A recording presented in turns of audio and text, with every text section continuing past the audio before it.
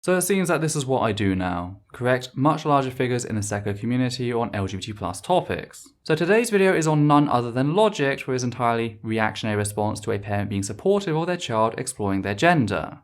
By the way, since saying Logicked in the possessive fashion is damn near impossible, from hence on I will be referring to them as Log. It all began after I was tagged into a Twitter thread started by Logicked. Said tweet linked an article and stated, quote, Charlize Theron says she is raising her 7-year-old, who was born male, as a girl. She claims her child made this decision at the age of 3. Yes, I thought she was a boy too, until she looked at me when she was 3 years old and said, I am not a boy. End quote. Now, if you don't know who Charlize Theron is, she's perhaps best known for her role as Imperator Furiosa from Mad Max Fury Road. Now, Log responded to said tweet with, quote, My 3-year-old regularly says things like, I'm not a person and when I was bigger yesterday. End quote. So there's a lot to discuss here, a lot of relevant context to what's being said and the impact it has. But first, we need to go over something very important, something which I said upon arriving at the scene. Namely that there's not a great deal to go on from what is said in the interview. The issue seems to have been born from a single line, adding information that we can't possibly know. So right off the bat, the whole thing is frankly ludicrous, and honestly, I didn't intend to make a video when it was just Log's original tweet. And yet, Log, as well as a few others, have dug in and said further crap, which has merited a response. But before that, we need to investigate what is being argued over. The article linked at the start of the thread was a short piece from the UK paper, The Independent, something that I usually consider a trustworthy source. However, this short 266-word piece is not the originator of the interview. It is merely discussing parts of it. Parts taken from none other than the Daily fucking Fail. Hello darkness, my old friend. I've come to talk with you again. Yeah, Charlize Theron, we need to have a talk about this at some point. Namely the fact that the Daily Fail is currently leading the charge in the UK trans panic. Although, I guess I can't really blame you since the interview reads to me like Theron was invited to talk about her role in her new movie, Longshot, and this stuff was just sprung upon her. I'd also like to note the Daily Fail's clear bias, something embodied in the headline they chose to run the story under. The headline, which reads, quote, Charlize, my child I thought was a boy is a girl. For the first time, the Hollywood actress reveals why her adopted child, Jackson, is wearing dresses, and her inspiration, her own mother, who shot her own father, end quote, is fucking telling as to the story the Daily Fail wants readers to leave with. It's not just there to fuel the usual fears about trans children, which the Daily Fail has been fanning for years now, it actively exploits Theron's abusive past to do so. It's true, Charlie's mother shot her father. That was after years of abuse which culminated in Charlie's father drunkenly taking out his own gun and firing upon not just Charlize's mother, but Charlize as well. Charlize's mother managed to get hold of her own firearm and acted in self-defense.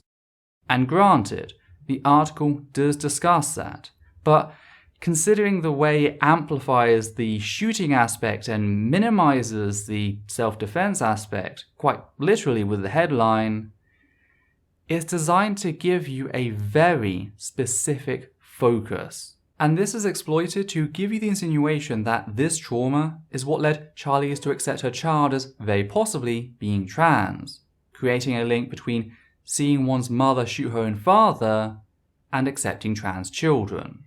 This is very similar to the sort of methods used by conservative Christians to claim that people are gay or atheist because of very similar traumas in their own past. It's a way of delegitimizing what has taken place without ever actually addressing it on any substantial level. Much like what Log went on to do. But before returning to that, this is all Theron had to say about her children. Quote, yes, I thought she was a boy too, Charlize agrees briskly, until she looked at me when she was 3 years old and said, I am not a boy. So there you go. I have 2 beautiful daughters who, just like any parent, I want to protect and I want to see thrive. They were born who they are, and exactly where in the world both of them get to find themselves as they grow up and who they want to be is not for me to decide. My job as a parent is to celebrate them and to love them and to make sure that they have everything they need in order to be what they want to be. And I would do everything in my power for my kids to have that right and to be protected within that." End quote. And that, according to Log, is reason to not only throw shade at her and the entire trans community, but to breathe life into popular religious arguments. And this is one of the first things I evidenced when I commented on that thread. I noted the fact that I routinely come across this argument with Christians. Here's a clip from a video response I published the day before his tweet that I posted to that chat. Timestamp and all.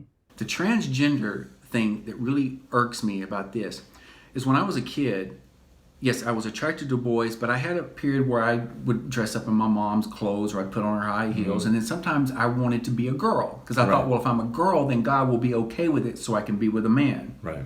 In today's culture, I would, as a child, think, well, I'm going to go get the surgery. And parents who basically have almost had their whole rights stripped away, and that's what the activists are trying to do. Right. I would have regretted it. Now, as I noted in my response to said clip, being trans is not akin to some fleeting fancy like the person in the video and Log are making out. One thing the research shows us is that trans children are unmoving in their identity. The child does not simply say they wish they were a boy or a girl.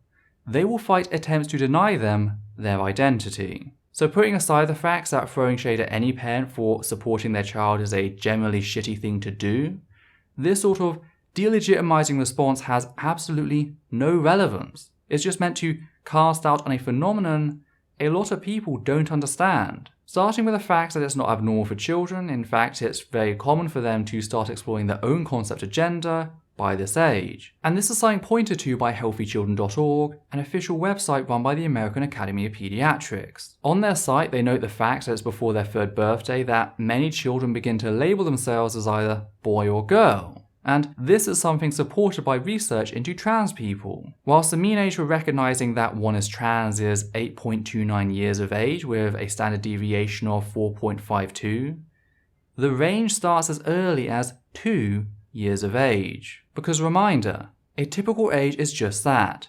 There are those who understand later and there are those who understand earlier.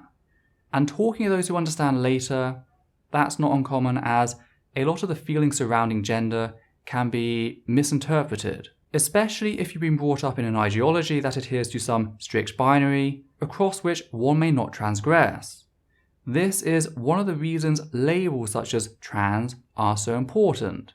Having something to refer to yourself by is a big step in being who you are. But returning to the religious nature of this argument, that seems to be a common thing when it comes to LGBT+ people. In the past, I dealt with a sleazebag by the name of Rocking Mr. E who claimed to be making a non-religious argument against homosexuality. That argument? The teleological argument. So we need to work harder on disposing of these religious sentiments since they not only originated with religion, they continue to actively do harm. Now after a while I messaged Log, reiterating my issues with what he said so that he could respond without the character limit of a tweet. And to say it didn't go well would be an understatement. I'm showing the entire thing on screen so you can have full context. Feel free to pause the video at any point to read it. I will be making reference to specific points raised throughout said conversation, though not necessarily in order. One thing I was upfront with was pointing out the facts that said child was 3 when they first came out. They're now 7 and are still identifying as a girl. Something not only noted in the article, but the tweet Log responded to. Log did not like this fact. He kept attacking it as irrelevant due to the line, "until she looked at me when she was 3 years old and said, 'I am not a boy.'" The assumption Log seems to be making here is that Theron literally heard her child say that they were a girl once, and that was it. In this, Log fails to consider a variety of factors. For a start, Theron is talking on the matter with 4 years hindsight. Her conviction now may not accurately reflect her immediate conviction at that time. We don't know the conversations she had with her daughter after that. We don't know the resources she turned to learn more about the subject, the way in which she considered what was said. All we have is a single line from an interview on a topic which, again, seems to have been sprung on her without warning, so this isn't a prepared response.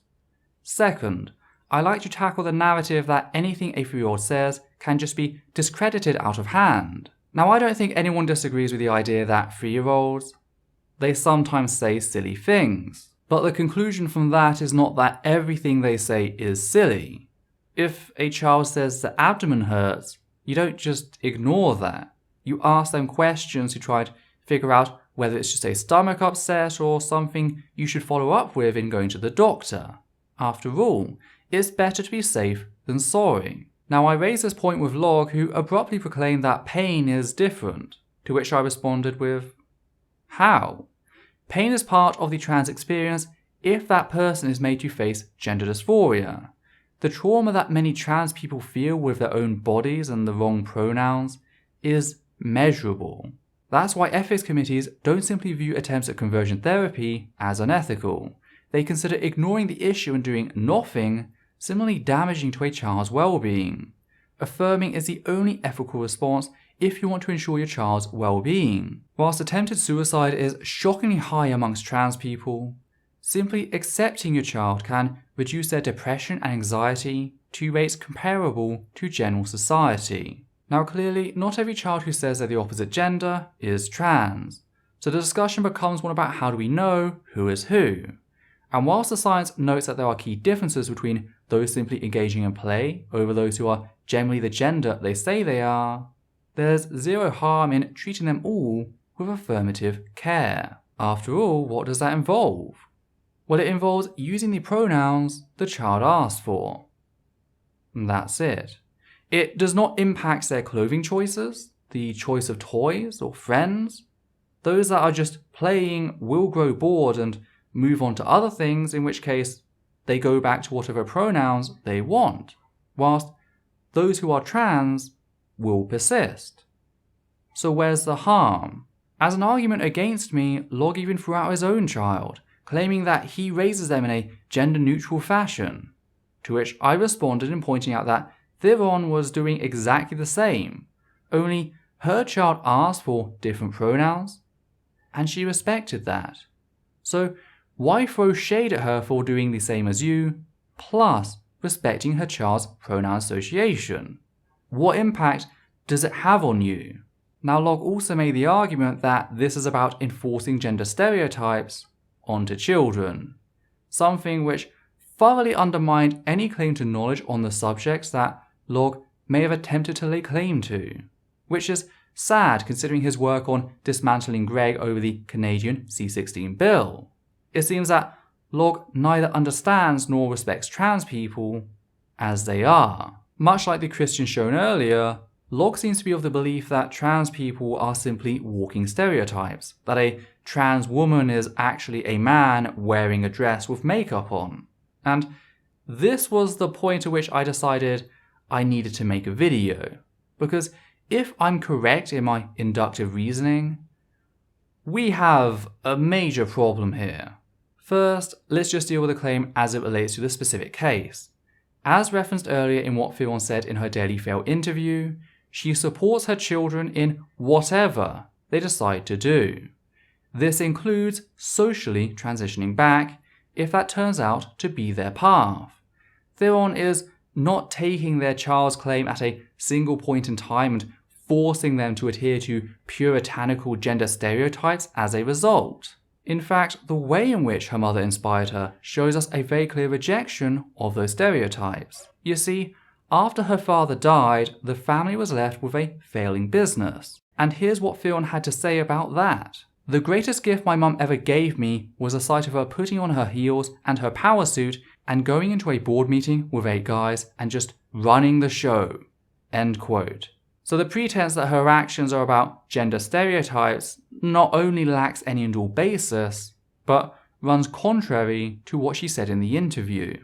Now it's time for us to tackle Log's poor understanding of gender. The trick to the question, what is gender, is that there are many aspects related to gender. You have gender stereotypes, gender roles, gender expression, and gender identity, each very distinct, some inherent within our species, and others entirely constructed. And the problem with people like Log is they play a reductionist game of rolling them all into one and classing the assorted mess as simply gender. So let's start with gender stereotypes. These are things we as people have come to associate with a given gender, both good and bad.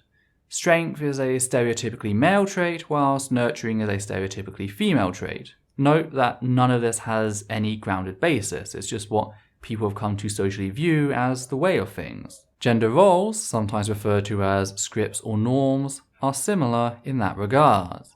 These are things which are constructed on a society level, boxes for both boys and girls which we expect them to adhere to. Such things as occupation, the division of labour, and social nature are restricted by these roles. The differences between these and stereotypes is that not all stereotypes are sought after. For example, the Christian stereotype of the woman who leads the man to sin, the temptress, is undoubtedly a gender stereotype, but it's not something said societies seek to enforce, so it is not a gender role. The opposite, however, is the idea that it's the woman's role in life to please her man, make children, and care for them. That is a gender role. Gender roles are founded in gender stereotypes, but not all stereotypes are gender roles. Then we come to expression, another constructed aspect of gender. Only this time the power dynamic has changed. No longer is being a man or a woman about what society dictates. It's about what you, as an individual, feel makes you who you are. Much in the way that secular philosophy has taken back the meaning of life and offered us an individualistic approach, so too does gender expression. The first openly trans woman I knew was a grease and elbow mechanic. To work hard and become the best at her job was what it meant to be a woman, as it does for many women out there, both cis and trans. At the same time, many women find their sense of womanhood in staying at home and rearing the children. Others balance both views. And the same is true for men. What makes a man can be a deeply individualistic expression, if we allow for it as a society. Now, of course, our preferences are influenced by society, therefore gender expression doesn't quite escape gender roles. Not at the moment anyway. But it could if we're willing to put in the effort, like we do with the meaning of life. Lastly, we come to gender identity. This is an inherent feeling of one's gender, that psychological component of one's sex, since if you didn't realise this, as far as we can tell, the brain is entirely physical. Therefore, I would argue that we can consider this gender identity, this psychological component, a sexual characteristic. Sexual characteristics classically contain karyotype, hormones, gametes, gonads, and genitals. However, these traits can be expanded or shrunk down dependent on the context. I recently watched a TED Talks by Emily Quinn. Now, Emily is intersex and she came on stage to talk about her experiences. And she did something I'd never even considered. She introduced a sixth category by dividing hormones into production and reception.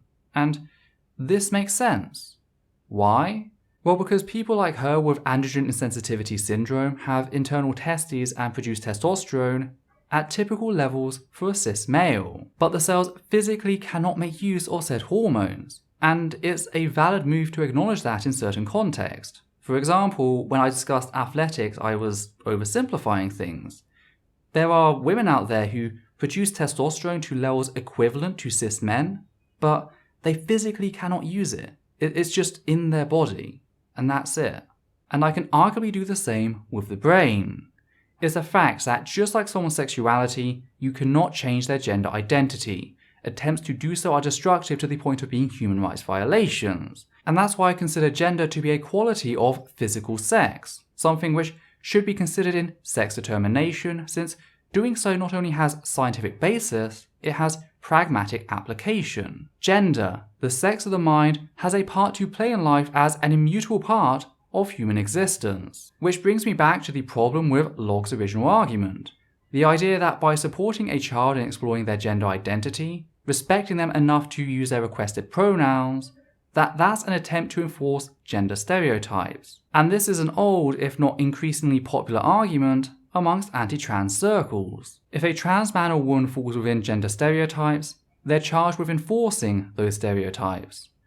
On this basis, we've seen the growth of what is known as the gender-critical or gender-free movement, which is a shame since the term gender-free was once a term used by agender people and has since been hijacked by those with bigoted intentions. And the problems with said movements are numerous. For a start, it ignores the great diversity of trans people. Yes, there are trans people who fall within typical gender roles. There are also many who fall outside of said gender roles. And yet those trans people face a different sort of harassment, one which claims that they're not trans because if they really were, then they'd put more effort into convincing society of that fact. And the greatest slap in the face here comes in the fact that I've seen the same transphobic bigot play both sides of the field in this argument. If a trans person presents in a stereotypical fashion, they're enforcing harmful stereotypes. If a trans person presents in a non-stereotypical fashion, then they're not actually trans. At which point the only way to win is to hide. Which brings me on to the second problem. This argument that trans people are enforcing gender stereotypes ignores the society we live in. It assumes that all trans people who present stereotypically male or female are simply doing such for the sake of said stereotypes. It ignores the very real danger present with being trans and being visible. It assumes that we as trans people are forcing stereotypes on society rather than society forcing stereotypes on trans people. If you can be clocked as trans, your chances of being harassed, assaulted, or even murdered for that increase substantially. Some trans people pass as a means of self-defense. Passing, by the way, refers to a general sense of presenting as your gender is expected to in order to not be clocked as transgender, to pass under the radar, as it were. Note, this is not why every trans person who falls within a classical gender stereotype does such, but it is something to consider. We also have to keep in mind that the trans community does not simply consist of trans men and trans women. There are non-binary and fluid folk, including non-binary fluid folk such as myself. So, as can be seen, once we have a full appreciation of the complexity of gender and the variety found within the trans community, Log's attack has no real weight to it. And that was most of what I had to say on the matter. That was until Log's wife decided to get involved. By this point, I shared a few highlights from Log's messages to me in public. I skipped over the bit where he pretended like the fact that Theron was talking with 4 years hindsight didn't matter, and shared the new arguments he was presenting. So I still went ahead and claimed that I was doing so to deliberately mislead my viewers. And for the next 10 hours, during which I was asleep, Log said nothing. So naturally I responded to ISF's tweets for what it was, a call for context. So I supplied the context in sharing every message Log had sent by that point. And wouldn't you know it, all of a sudden Log was bearing down on me once again, telling me that quote. Wow, so is this the biggest event of your whole month or what? Ooh, someone got mad in DMs after you tweeted that there's some Christian conservative type for noticing the poor language and meaning comprehension of toddlers.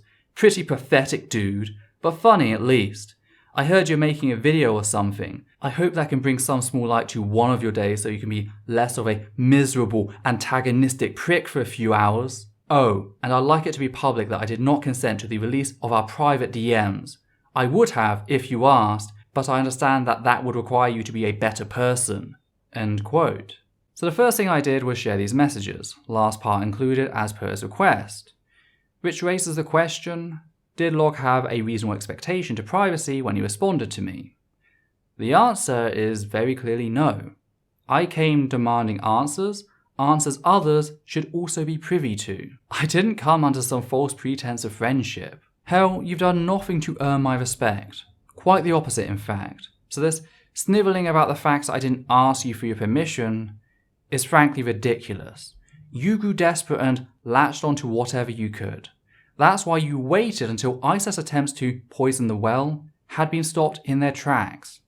That's also why, when I later asked you about why you'd waited so long, you responded by stating, quote, "I have no concerns, I just want them to be aware of the depths of your behaviour." End quote. So you know full fucking well that you're playing games by this point. Fact is, this is just one of the many games Log and ISIF are playing. ISIF first accused me of taking Logicked out of context, so I supply the context. Log then accused me of breaching privacy, only to admit that privacy was never an issue. ISIF then went ahead to claim that me noting something that numerous others had pointed out to me about how they operate, that's sexism. The notion here being that I cannot criticize a heterosexual work couple as I could a purely professional partnership without being sexist. Nothing about ISIF's role has to do with her gender, and it's certainly not something I say. That's her invention. The truth is it has to do with the fact that Log is the person people best associate with the channel. Much in the same way that Doug Walker from Channel Awesome is more reserved in public due to being the nostalgia critic, whilst his brother Rob has far more free reign, ISIF fills the same role with Log. This duality seems to be a rather common thing with online personalities. It just so happens that in this instance it's a husband and wife situation.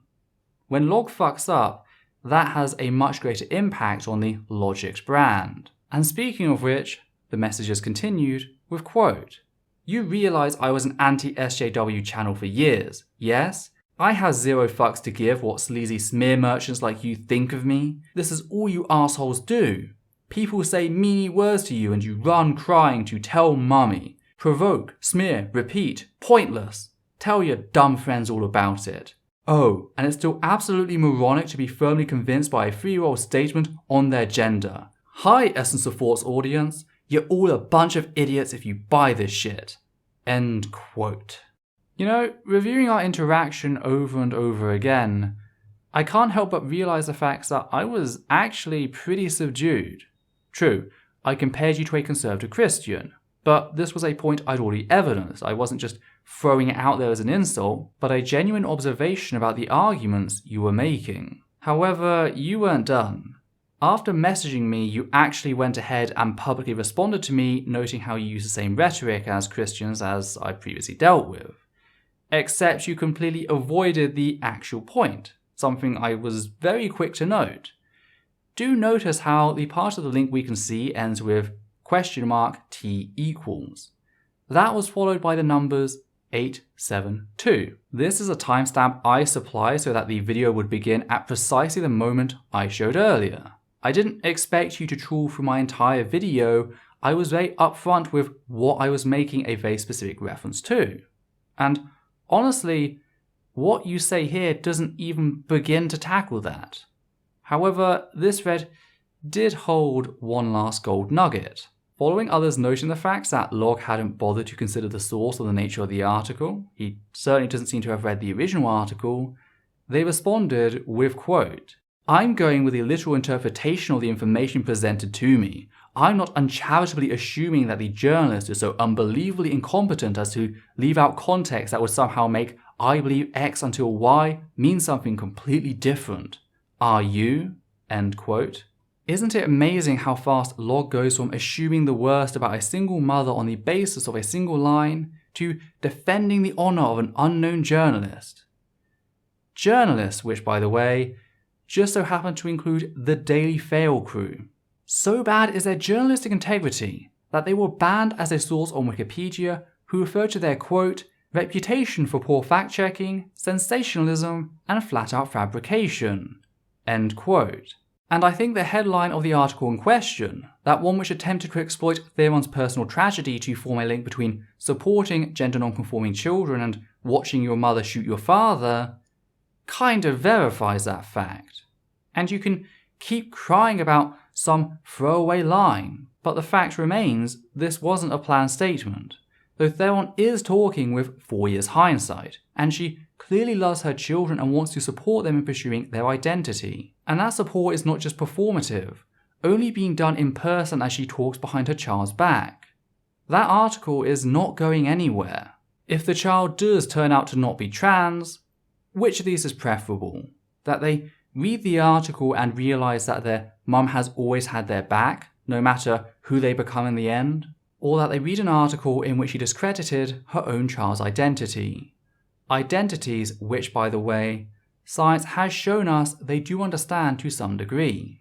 Now, play the same scenario, only this time, they are trans. You do not have the position you seem to believe you do, as is becoming a recurrent theme in the secular community. I mean, what is that? Sam Harris, Rationality Rules, and now Logicked? Who's fucking next? Oh, I'll fucking get to your sorry ass next week, and I'm bringing the pancake since the images I've shown there are completely fucked. To find out how, you'll just have to wait. Though I need to make one thing absolutely clear. I can't just stop talking about the subject. People like Log are breathing life into religious arguments used to dismiss trans experiences. They're uncritically parroting crap that has the capacity to result in further anguish for the trans community. And I'm damn tired of being expected to just take it. More than bigots, I'm getting tired of people demanding I turn a blind eye to problems that impact me.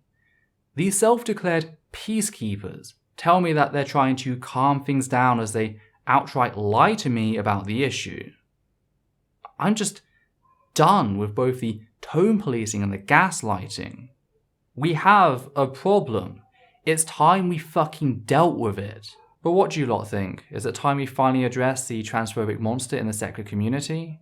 Why is it that so many people who consider themselves rational are failing to do the most basic checks, like reading the original interview? Do you think I stepped over a line in making those messages public? Did I miss something you lot noticed? If so, be sure to leave us a comment down below. As always, please check out our other videos. You can also support us on Patreon. We're trying to make the channel ad-free, so be sure to check that out as well. I'd also like to say a big thank you to all our Patreon sponsors for making what we do possible. I would like to give a special thanks to the following people: Hannah Banghart, Matthew Kovac, Brad R, McGay, John Schoenrock, Daniel Martinez, Alexander Williams, and Atlas5. Take care now, and I'll see you next time.